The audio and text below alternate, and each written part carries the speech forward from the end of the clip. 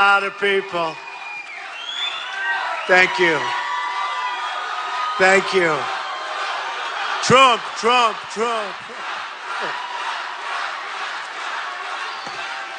Do we love electricity, by the way, all you electricity people? We love you guys. Have been so great. How about life without electricity? Not so good, right? Not so good, right? You have been so fantastic. You have seats? Sit down, relax, everybody. Come on, we'll be here for a while. I have nothing else to do. What the heck? We've been all over the place. I'll tell you what. South Carolina, unbelievable state. I've been here many times before this whole process. I've been here a lot. I have a lot of friends that live here. It's one of the most beautiful parts of the world, and they're great people. The people are fantastic, and it's a great honor to be with you. So important. This is now crunch time, right? We got to get our country back. See all those red hats with the white letters? We're going to get our country back. But I just want to thank you because it's been incredible. We are going to do so well. We are hopefully going to get out and vote, every single person in this room. Unless you're going to vote for somebody else, then don't vote. You don't have to if you're going to vote. These guys that say, it doesn't matter who you vote for. It's important to get out and vote. Trust me, if you're going to vote for somebody else, don't vote, okay? Don't vote. So anyway, look. So we started this journey. It really is. It takes a lot of guts to run for president. I'm not a politician, thank goodness. I'm not a politician. And I've had great success. We built a great company. We filed with the federal elections. And these folks, look how many people we have back. It's like, what is this, Academy Award time, fellas? Look at this. There they are. Oh, I know my friend from CBS. He's so talented. And he's been treating me pretty fair lately. Thank you. Thank you. He's been treating me. He's been very nice. And remember, this crowd goes all the way back into the corners of the room. We can't get one more. We're like sardines in here, okay? So anyway, now CBS has been great. Actually, they came out this morning with a poll that was phenomenal, right? CBS, New York Times came out with a great poll, a nationwide poll, which was great. Because the Wall Street Journal came out with the biggest joke I've ever seen. They came out with one. Basically, I was tied. But we don't like ties in this room. Do you agree? We're not big for ties. And it was not a correct poll. I don't know who got to somebody, but let's see what happens. But CBS just came out with a great poll, and I hear Fox is coming out with a big poll in a little while. We'll see what that is. But it's been amazing. And I can tell you, in South Carolina, the polls have been amazing. They've been great. But I don't want to tell you that.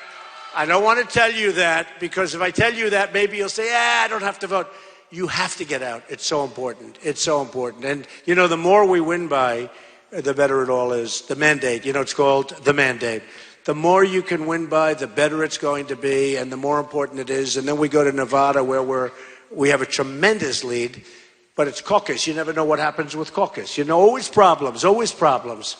This caucus stuff is a little bit nobody knows. You can have a 58% lead, and then you find out you're not winning because what happens? Who knows what happens is a room. People swirl around in these rooms.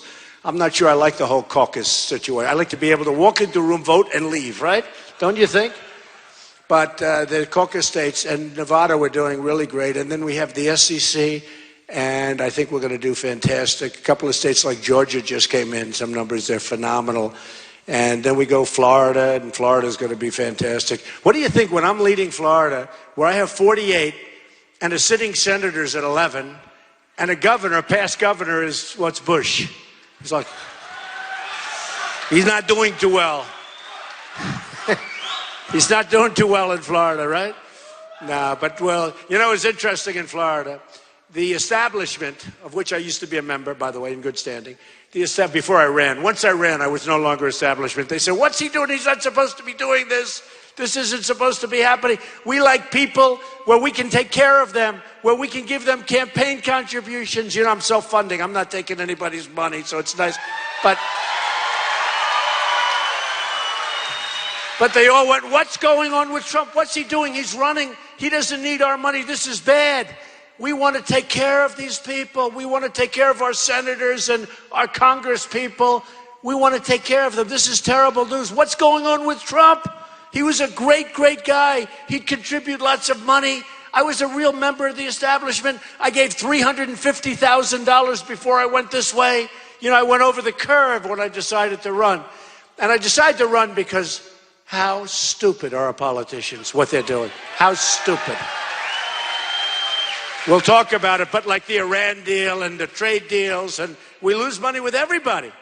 We lose money with everybody. So what happened is they went a little crazy because every one of these guys running gets taken care of by the special interests, right? They get taken care of by their donors. They get taken care of by the lobbyists. I have a problem, I call a lobbyist. You know, there's certain lobbyists, they're like assigned to different senators, right? And you have a problem, you call up a lobbyist. And they go see the senator, and it's amazing. It's amazing. It's horrible. And look, it's a system, and it's fine, but it's not going to work that way anymore. We owe $19 trillion, folks, and we're going to get it down, and we're going to have budgets, and we're going to do things properly, and we're going to have better health care. We're going to have health care. We're going to get rid of Obamacare, which is a total disaster. Oh, we're getting rid of it. We're getting rid of it. And we're going to do a lot of good things. Common Core is going to be out. Common Core is dead. We bring education back. And I talk about it all the time. Look, we're number 30. From 1 to 30, we're number 30 in education. We're number 1 in cost. Okay? Think of it. So we spend more money per pupil than any other country in the world. And we're number 30. We're at the bottom of the list, right? So it's obviously something's wrong. And we're bringing local education back, and I see it, and I've seen it over the years. The parents, they get involved, the family gets involved, the brothers, the sisters, everybody gets involved. Then you have great education, less expensive and great education. So we're getting rid of Common Core. We're going to protect our Second Amendment. It's under siege, under siege. You know, I tell the story with these two radicalized, I guess I should say young people, right? Young people. To me, bad people. But the two people, they got married, and I guess she radicalized him. Nobody knows, but bad stuff happened. And they go in and they shot the 14 people in California, killed 14 people, many others injured badly. And these are people that gave them like wedding ceremonies and baby parties and all of this, and they killed them. And bad things are happening, and we have to be vigilant, we have to be smart, we have to be strong, we have to know who to let into our country and who not to let in. We can't be the stupid people anymore. We cannot be the stupid people. We're led by people that don't know what they're doing, or they know what they're doing and they're just bad. I don't know what's going on. Look, we have a president that won't use the term radical Islamic terrorism. We won't use it. You see what happens. Even in Paris, take a look at Paris as an example. So Paris, they kill 130 people.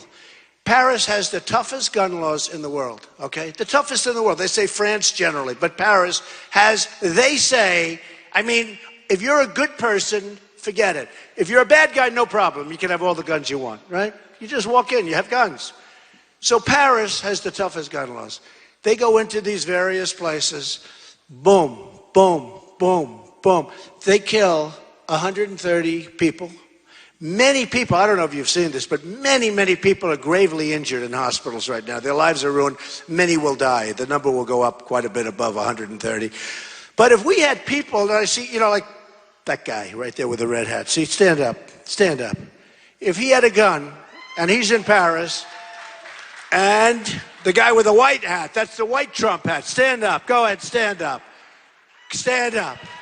And this woman right here, stand up. Yeah, right. Stand up. If honestly, if we had a few people, if it was in California, if it was in Paris, but if there were people on the other side and the bullets were flying also in the other direction, you wouldn't have had 130 people killed. You wouldn't have 14 people killed in California.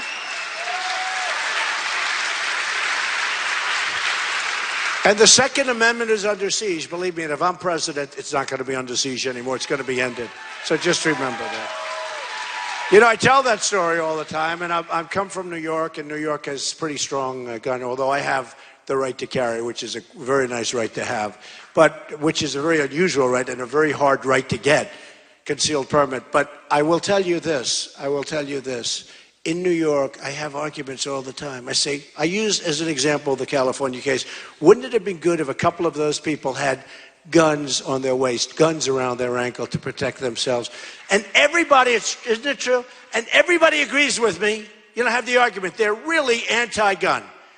And they agree. And we leave. That's it. The next morning I'll call. So, have I converted you? No. It's just incredible.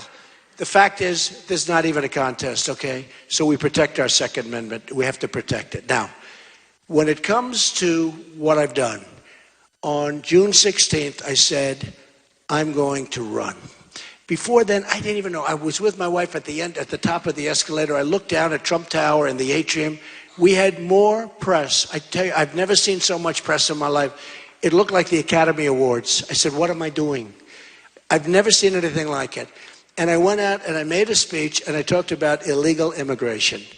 And it was a firestorm. You remember, a firestorm. The people coming across the border.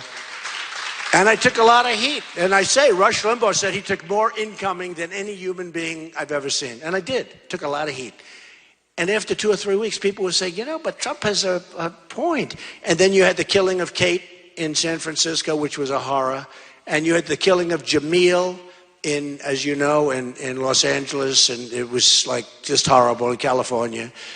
You had the killing of the female veteran, 65 years old, who was raped, sodomized, and killed by a person that was here many, many times and should have never been allowed in the country. And many other cases, and many other cases.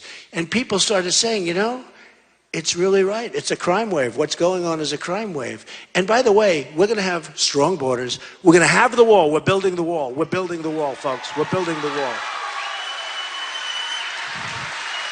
And we're going to have people come into our country, but they're going to come into our country legally. They're not going to come in like they are now. They walk across a piece of Swiss cheese. They're going to come into our country legally. They're coming in. And it's fine. And they're going to be good people, and they're going to come in legally.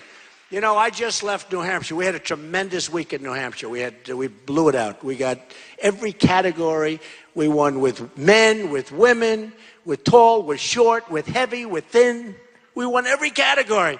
We won with older people, younger people, highly educated, not so highly educated, with heavy college degrees, without college degrees, without high school degrees. We won everything. And I'll tell you, it was an amazing, they're amazing people too. The people of our country are amazing. The people of our country are amazing. I mean, more than anything else I've learned. Somebody said, what did you learn most? And, you know, they think, oh, you're just saying that. I'm not saying it. The people of our country are amazing people. They're amazing people. We have such unbelievable potential. In fact, make America great again? That's great. And about 2 weeks ago, I started saying, maybe greater than ever before. Because I really mean it. We have to get rid of the regulations. We have to lower your taxes. The taxes are crazy. We have the highest taxes in the world. Our companies are paying taxes. They're leaving. Pfizer, great big, you know, the pharmaceutical company, big company. It's leaving. It's moving to Ireland. Because the taxes, and because they can't get their money in. Corporate inversion. You know, they have corporate inversions. They're leaving the country, and some of them are leaving to get their money. We have money. Trillions of dollars are outside of the country. The Democrats agree it should be in. The Republicans agree it should be in, and they can't make a deal. They can't make a deal because we have a president that has no leadership ability. It would be so easy.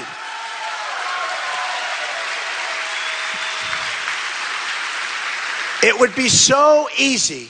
It would be so easy to make a deal. I'm telling you, I think I could make that deal in 10 minutes. And yet we spend years. You could make that deal. Who's going to say they have $2.5 trillion? I think it's closer to $5 trillion. The government says it's $2.5 trillion. They don't know what the hell they're talking about. I'm telling you, it's like $5 trillion. They can't get the money into this country. If they did, they could use it for development. They could build new companies. They could spend it on so many things. We can't get it in. And all the politicians agree. And you could sit them down. It's so fast. I could make a deal so fast. But we have people that it's not their thing. So the companies now are leaving to get their money. They have billions of dollars. They have individually billions of dollars. They're leaving to get their money. It's impossible. The bureaucracy is horrible. The tax rate would be insane. You couldn't do it because the tax rate is insane. There's no incentive to do it. But we could do it so easy, and we'd have all of this money pouring in. And this is what we're going to do. Carl Icahn endorsed me. Some of the great business leaders endorsed me. I mean, frankly, they'll all endorse me if I want it. Nobody knows who the hell they are. Nobody knows who they are. They call me, Don, I want to endorse you. Could we have a news conference? They said, nobody knows who you are. Guy's worth $3 billion. Nobody ever heard of him. But they're great negotiators. We want to use our great negotiators, not our political hacks, to deal with China, Japan, Vietnam, India, Mexico, which is killing us at the border. Mexico is killing us at the border and killing us in trade. You saw the other day, Carrier is moving down. They're moving. 1,400 jobs moving out of our country, moving to Mexico. And somebody had a cell phone going where the cell phone's taking the shot of the boss saying, we're closing up, we're moving to Mexico, right? Not going to happen with me. I'm going to say to him the following, and I hate to say it, I'm a free trader, I hate to say this, we have to have smart trade. I don't even call it free trade anymore. We don't free trade with China. China is going to make, I mean, think of this deficit. We are going, put it a different way, we're going to have a trade deficit with China of $505 billion. What kind of deal is this? What is it? That means they're sucking us dry. In the history of the world, what China's done to us is the single greatest theft. Think of it. It's the greatest theft in the history of the world. Now, I love China. I think it's great. The people are great. I made a lot of money dealing with China. I have the biggest bank in the world as a tenant of mine in a building in Manhattan. The biggest bank in the world, by far. It's not even close. Our banks are like little toys compared to this bank. It has 400 million customers. 400 million customers. Anyway, they're a tenant of mine. They definitely paid their rent on time, believe me. But they're a tenant. But I've sold tens of millions of dollars of condos to the Chinese people.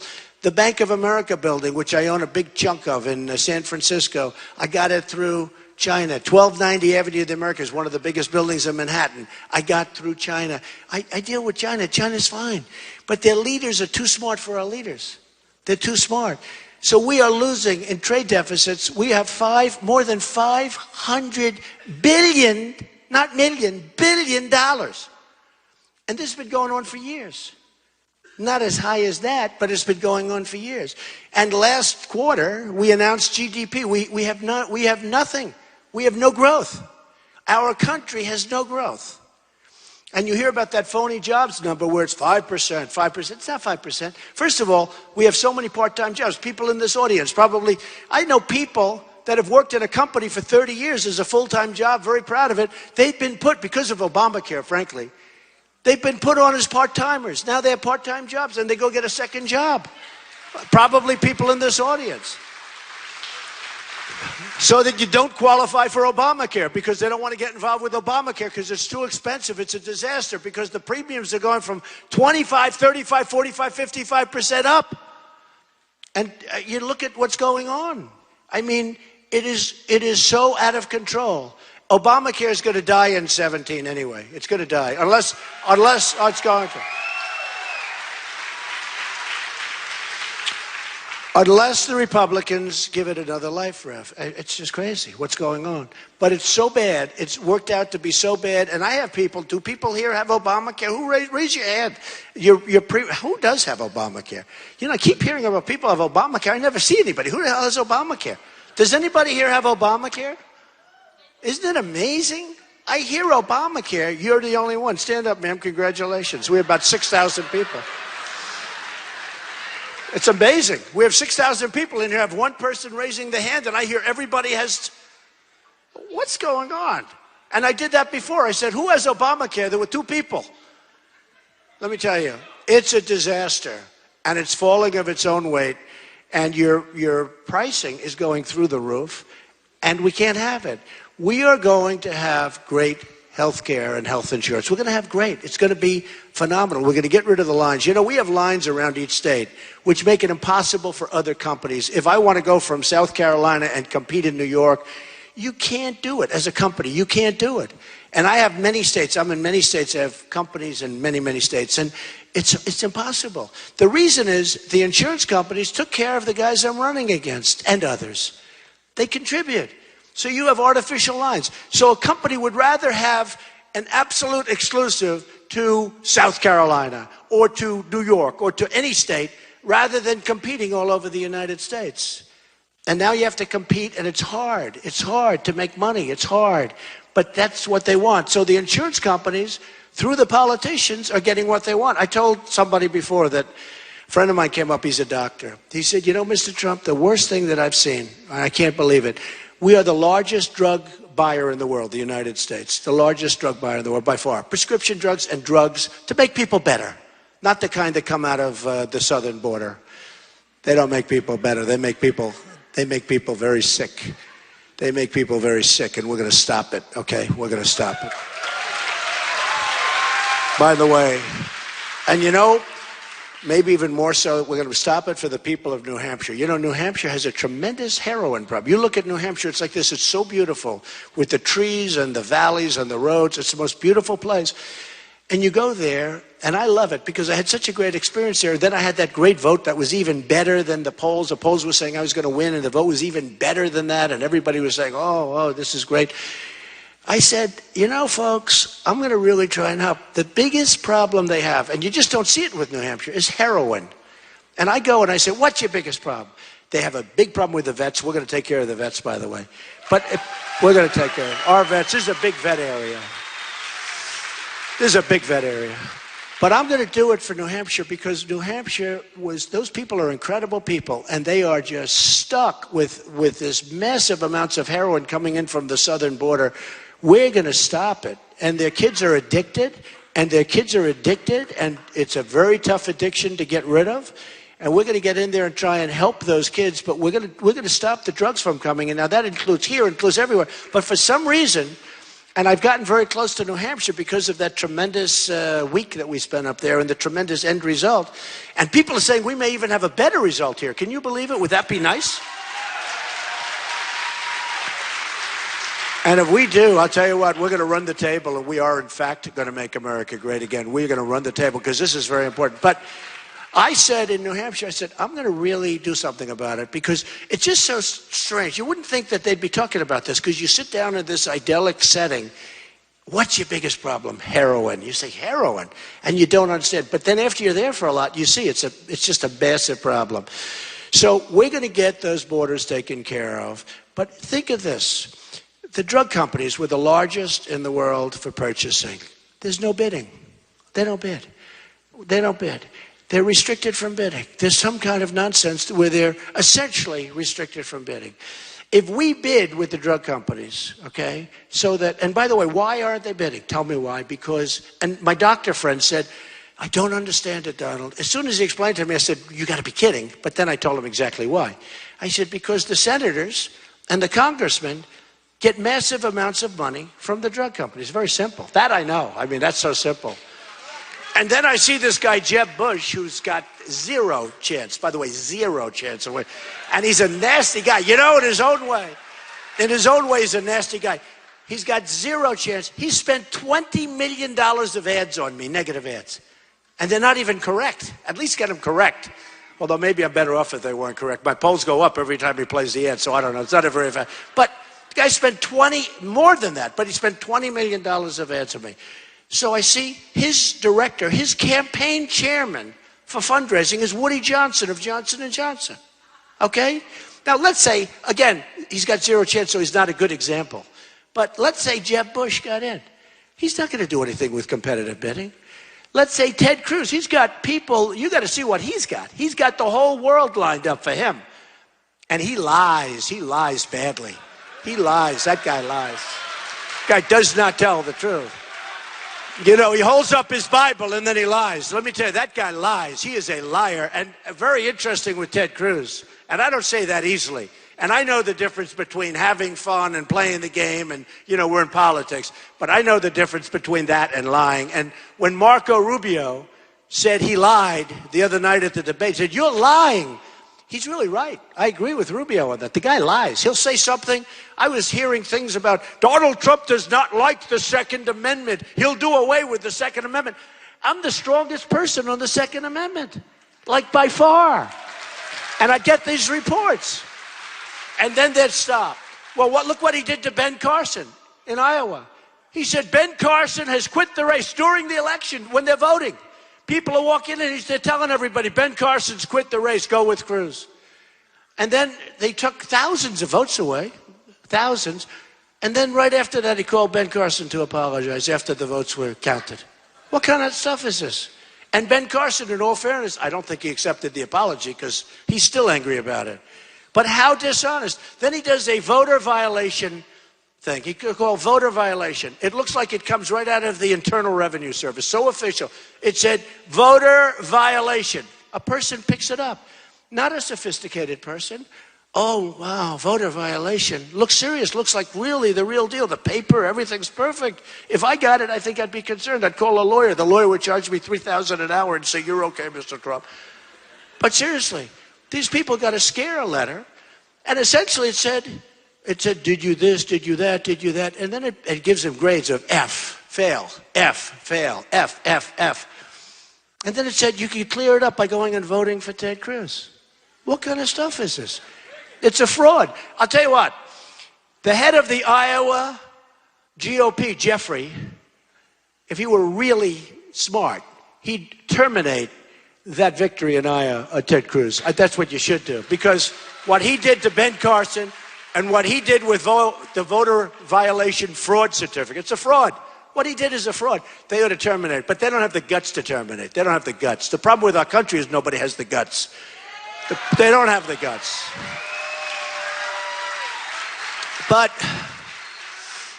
we had these great, I mean, it was still like a great experience. And then we go to New Hampshire, now we're here. And we're going to do things that haven't been done.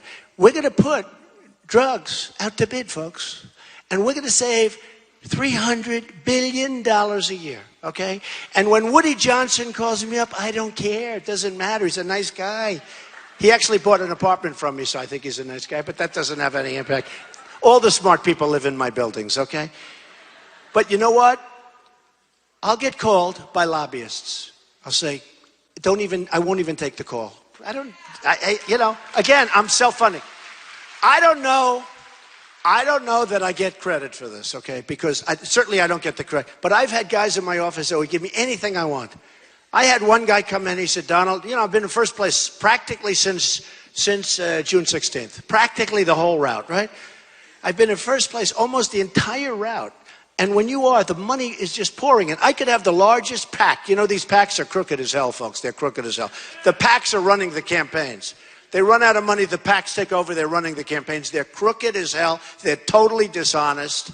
What's going on with PACs is a disgrace, okay? It's a disgrace. They're dishonest as you get. But I would have had the largest amount of money, the largest PAC, if I wanted to put money into that, if I wanted to raise money. Bush had 148 million and he's a stiff, okay? I would have had the greatest amount of money ever in the history of PACs, okay? But it's wrong. It's not right. And I said to somebody, I said a group this morning, I was talking to a great group of people, packed house, and I said, tell me, do I get credit for this? I'm self-funding my campaign. In all fairness, I'm rich, but it costs me a lot of money. Does it matter, really? And they stood up and they started giving me a standing ovation. It matters, it matters. I'll tell you why it matters, because you saw the last debate, where they're clapping for Marco Rubio and they're clapping for Bush. Because that was all their fundraisers and stuff out there. That was all their special interest people out there. And I made some good statement. I was the only one. I thought I did great in that debate. It's interesting. That was a great debate. I was being hit from 15 different sides. Everybody said I won the debates. Everybody said I won, and I really won the one previous to that. That was the one with New York values, right? And we won that one. And we did great. And the Drudge poll, which is great. He's an incredible guy, by the way. The Drudge poll, they do a poll. And I had 68%. That's against a lot of people. And Time Magazine has a poll. I won that one too. And then I thought I did best in the last one because I was being hit by everybody. They're desperate. They're desperate. And I was being hit. I never saw anything like it. It was like I'm shooting like this. And I thought I did really well. And although some of the pundits said, he was too nasty, he was too tough. What am I going to be, nice? That these people are shooting at me. I'm supposed to be nice. Somebody said, he was too tough. And he was too nasty. Well, we got to be nasty, folks. Like with ISIS, they're chopping off people's heads. I want to be nasty. Do you mind? Do you mind? I want to be nasty.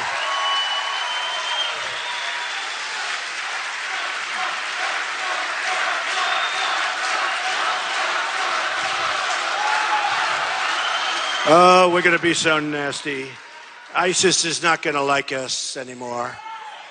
ISIS is going to be not so happy, folks. Don't forget, I'm the one that said, take the oil, right? For years I've been saying that. 4 years I've been saying, take the oil. I'm the one that said, don't go into Iraq. And I said that, don't go into Iraq. 2003, 2004, and before that. Now, I wasn't a politician, but it was covered in 2003, 2004. Don't go, because I said you're going to destabilize the Middle East. I should be given points for vision, because we went into Iraq. We spent trillions. We spent $2 trillion. Thousands of lives lost. Wounded warriors who I love. They're more brave. They're braver than all of us put together. Wounded warriors who I love all over the place. All over the place. And you know what we have from Iraq? Nothing. Nothing. We don't have a damn thing. We have nothing. Okay? This is the kind of thinking. And then we have Obama, who instead of getting us out properly or keeping us there, once we're there, we probably should have kept the force there, at least a small force. So instead of getting us out properly, our president announces the date that we're leaving, that we're going to be totally out. The enemy pulls back and says, I can't believe this is happening. In fact, they thought it was a ruse. They thought it was like, he must be kidding. Can you imagine General George Patton? We're leaving. We're leaving. Now, he might say we're leaving, but he wouldn't mean it. He'd say we're leaving, and they'd get complacent. Okay, we're gone. And then they'd have soldiers lined all over the place. And they'd come in, and he would whack the hell out of them, okay? That's a different kind. Let me tell you. That's a different mentality. That's a different mentality. But, you know, General MacArthur, General George Patton, that's a different mentality. I see our generals, they're interviewed by the people sitting back there. They're interviewed by the people sitting back there on shows. Our generals go, they do interviews. I say, what the hell? Do we want our generals doing interviews? And one of them is just leaving recently. And they said, what do you think? Oh, well, you know, ISIS is very tough. Do I want to hear this? Tough. Tough. He's saying ISIS is tough. ISIS, we can knock ISIS out if we want to do it so fast, so surgically, so strongly. We're going to build that military. We have to build up, but we've got to knock them out. I didn't want to be there, but you can't allow people to chop heads, and that's what we are. It's like medieval times. When they, in the previous debate, they asked Ted Cruz a question. What do you think of waterboarding? And he goes, you know, he didn't want any part. It was too tough a question. Waterboarding. Think of it. They're chopping off heads. James Foley, a great young man. That's where it started. James Foley. We couldn't believe it. All of us couldn't believe it, right? We saw it with the orange outfit. This beautiful young guy. I've gotten to know his parents. They're incredible people. I contribute to their foundation. The parents are incredible people. And James Foley, that's where it started. And we all said, that can't be possible. Now it's all the time. They're chopping off heads. So they say to Cruz, what do you think of waterboarding? And would you continue waterboarding? And is it too severe? And he's like giving this horrible answer. You know, I always say about Cruz, he's a very good debater, but he can't talk. Does that make sense? In other words, you have a conversation with him, that guy can't talk. Everything's, I will do this, and I will do that. And I am a very honest person, and then he lies. You know, I'm telling you, he's a good debater, bad talker. We need some good talkers. But they're asking him about waterboarding, and he's really stumbling and mumbling, and it was terrible. Then they look at me, they say, what do you think about waterboarding? I said, waterboarding's good, but it's not tough enough. We should go further. Nobody could believe it. No. Nobody could believe it. Now, I preface that because I didn't know. I mean, I didn't poll it. You know, I have more money than all of these guys put together. But I said, you know what? I don't have a pollster. I say what's right. I say what's right. These politicians, if that question was asked, that's why Cruz was dying with that question. He was petrified. He didn't know. If he says yes, does that mean he's too tough? If he says no, so you have to see it. He was stumbling and mumbling all over the place. And I don't want to poll anything. You know, it's sort of interesting. They do polls, and these people pay hundreds of thousands of dollars, millions of dollars to pollsters of, by the way, special interest money, so it's not so bad for them. But they pay all this money. I pay nothing. But the networks give me polls every day. We don't like Donald Trump. He's great on the military. He's great. Here's what it is. Great on the military. Trump, always number one. Great on the border, number one. The best for the economy, number one all the time, right? Am I right? You can say it. Always. Great on the economy. Great on all. Nice person, I'm always last. Can you believe it? And I'm a nice person. Nice person. And I'm actually a nice person. But I'm the person that's going to protect. You know, we're in this together. We're going to protect. We're going to have something so strong and so powerful. We're going to protect. But all the time I get it. So they ask me about waterboarding. And I say, waterboarding is fine. But I prefaced it by saying, we have people that are chopping off heads in the Middle East. They're chopping off the heads of Christians. They're chopping off the heads of others. They're killing and abusing women. There's nobody that I've ever seen, ever. You know, it's one thing when you have warriors going at each other and they're shooting and fighting and killing. These people are disgusting. I said they are chopping off heads, doing the worst things I've ever seen. I think waterboarding is excellent, but you have to go much further than waterboarding. And you know what? I got a standing ovation. The room went crazy. And I mean it. We're soft and we're weak and we can't be that. Can you imagine the people at ISIS? They're sitting in wherever they are, right? They're all over the place. By the way, they're growing like they're all over. Now you look at maps. You know, 2 years ago, I look at a map, there's like little areas of pink. Now you look at a map, it's like all over the place.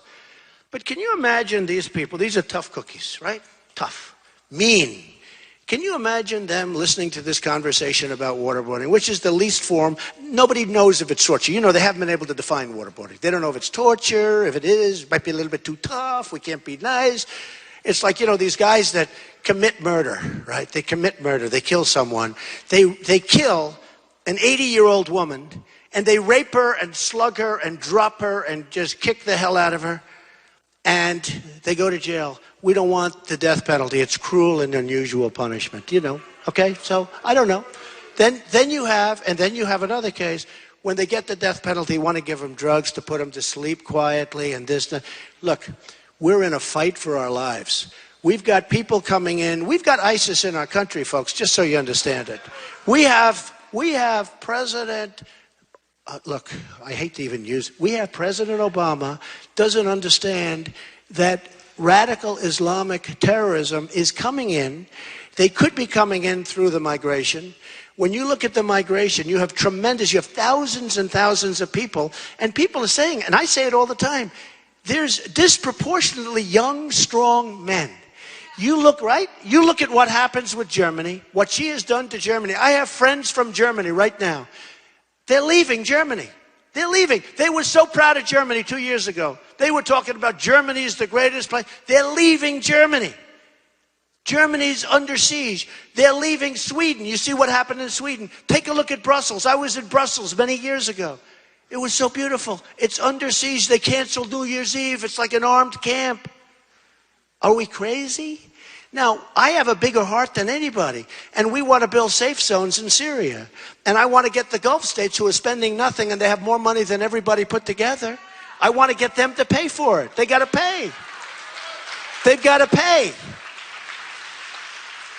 But we have to be vigilant, we have to be tough, and we cannot let these people from Syria, who we have not been able to vet at all, we don't have papers, we don't have documentation, nobody has any idea where they come from, and that's all we need. This is like the great Trojan horse. That's all we need is these people coming into our country by the thousands, and they turn out to be the people that we most don't want, okay?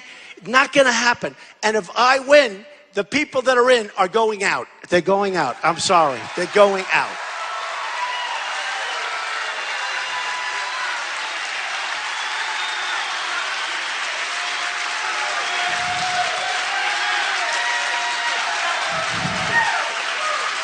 You see what can happen with two young people. She may have radicalized him, nobody knows. But she came in, they got married, and they killed 14 people. This is two people. And these are not fighting people. These are not like what we're talking about. And the other thing is, we have people that are ISIS. They leave our country. They fight for ISIS. And then they come back and they allow them to come right back. Oh, come on back in. Oh, it's wonderful to have you. Anybody goes out and is sympathetic or fights for ISIS, they're never coming back, ever, ever, ever coming back into this country again. They're never coming back into this country again.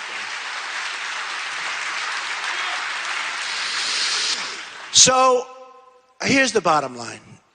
We have tremendous potential. We're going to make great trade deals. And when I came down that escalator, I took a deep breath and I told Melania, my wife, I said, let's do it. Not easy. Believe me, not easy. Then you have all these maniacs back there, the press. They are the worst. They are, by the way. They're the most dishonest human beings, most of them. Not all of them, but most of them. They are the most, for instance, look at this room. It goes back to each corner, this massive convention center. They'll show this group of people, maybe if we're lucky. They'll say, Donald Trump spoke today in front of a small crowd. They never talk about the crowd. I had one day where I had 12,000 people, and Bernie Sanders, I mean, give me a break. I call him the 95%er. You know what 95% is? 95% tax. Okay. Bernie Sanders had 3. Bernie Sanders had 3. And he does get the second largest crowds, by the way. But look at this crowd. Up to the corner, people trying to get out, trying to get into the building. Look, they're trying to come from outside, and they're having a hard time. I'm so sorry, ma'am. It's so tough. Look, they're trying to pour in. They can't. But here's what they'll show. They won't even show this. They show my face. The only thing that helps me is when I have a protester, right? Because if I have a protester like in that back corner, I didn't think the cameras could move. I thought they were like these really modern cameras that fix. And I'll go home and I tell this story all the time. I say to my wife, darling, how did the crowd look? Oh, it didn't look like there was much of a crowd. It sounded like a lot of people. But I said, what do you mean? Didn't they show the crowd? They never show the crowd. The only time they show the crowd is when there's a protester, because a protester is a bad thing. So they want to capture the bad. So they have Bernie Sanders with 3,000 people. I was with 12,000 people. They said, Bernie Sanders had a fantastic crowd of 3,000 people. And then they have me. They said, Donald Trump spoke today, and unbelievable. No, it's so unfair. Let me tell you something, structurally, and with the press, but structurally, the Republicans have a big disadvantage. Now, in the Fox poll that came out just recently, and in the USA Today poll that came out yesterday, where I'm really big ahead in nationwide, they have me head-to-head against Hillary and Bernie, and I beat them both. Isn't that great? We're not doing this for... I'm not doing this to get a nomination, because frankly, you know, I had a call from one of the top reporters really in the world, and it's very smart, on the liberal side, but every once in a while you have to take those calls too, right? And said, how does it feel? I said, how does what feel? What you've done has never been done before. And I've been on the cover like 3 times of Time magazine in the last few months. And the one from last week was an unbelievable story, because it talks about us, all of us together. It's a movement. And he said, how does it feel? I said, it feels like it doesn't feel anything. I haven't done anything. He said, yes, you've done. What you've done has never been done in politics before. You've changed the whole face of politics. There's never been anything like this. No, he said that.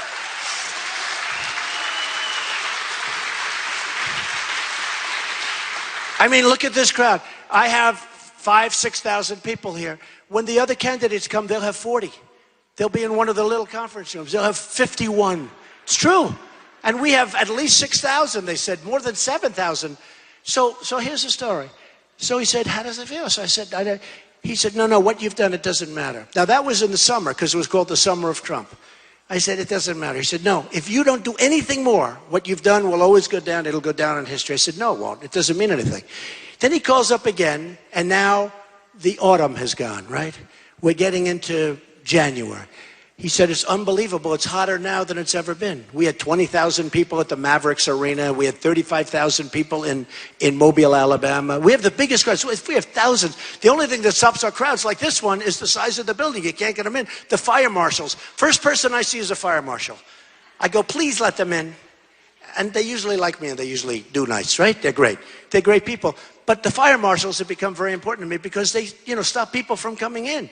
And I hate to send thousands of people home. We sent thousands and thousands. Even tonight, 2,000 people couldn't get into this arena. And we sent them, and I hate that. But he said, so how does it feel? I said, it feels good, but it doesn't mean anything because unless I win, he said, well, you'll get the nomination. I said, no. I'm not talking. I mean, win. Because I will consider it. If we don't win, I'm not just talking nomination. I'm talking we want to make our country better, right? We want to make our country better.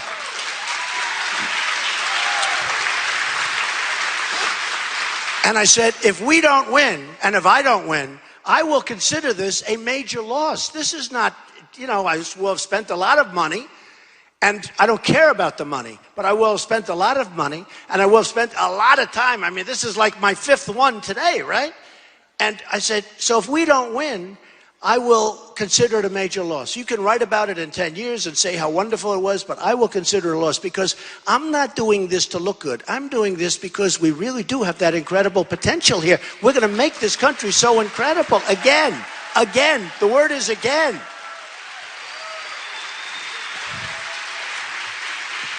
So just to wrap up, we were going to take questions, but it's been such a nice thing, and we won't bother with the questions because I went on a little bit longer than I would normally. Elton John told me, Elton John's a good friend of mine, and he said to me, when you finish with a great song, get off the stage. It's true. Did you ever you go to a concert, and they just they're phenomenal, Elton or somebody, and they do it, and the place is going wild, they're standing, and they're cheering, and they're going crazy, right? And they're calling for an encore, and the guy comes out and does an encore, or her, but somebody comes out and does an encore, right? And the first song's okay, and the second song's okay, and the third song's a dud. And you leave like this. Right? So, it's been such a good experience being with you. We got a lot. I mean, I said things here that I don't like to say, generally speaking, but I understand this audience. I'm just telling you this. We don't win anymore as a country. We don't win anymore. We lose all the time. We lose with ISIS. We lose with healthcare. We lose with Common Core, education. We lose with everything. There's nothing we win at. We don't win at all. We don't win at all. We're going to start winning again, folks. We're going to be smart. We're going to be the smart people. I'm telling you.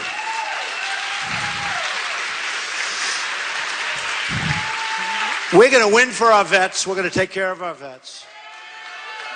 We're going to win for our military, and we're going to win, and we're going to knock ISIS out. We're going to win in education. We're going to win in health care. We're going to keep our Second Amendment so strong and so good, and we're going to be so proud of it.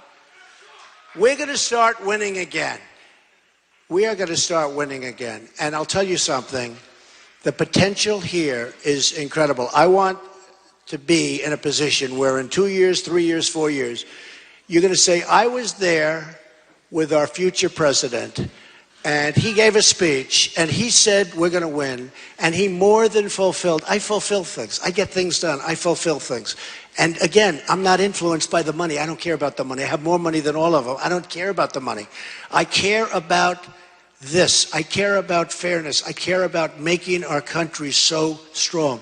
We have just one chance to do it. If we lose this election, if this election goes to a Hillary, who's amazing that she can even be in the election after what she did, or a Bernie Sanders, or a Biden, or a Kerry, or who made the Iran deal, who I can't imagine they could use Kerry after making the Iran deal. Who could get elected after making one of the worst deals I've ever seen in history?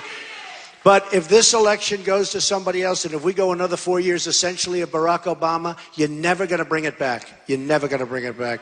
So I just want to tell you, I want to thank you. I love you folks. Go out on Saturday. Go out on Saturday and vote. You've got to go out and vote. You will be so happy. You will be so proud. And we will make America great again. Thank you very much. I love you.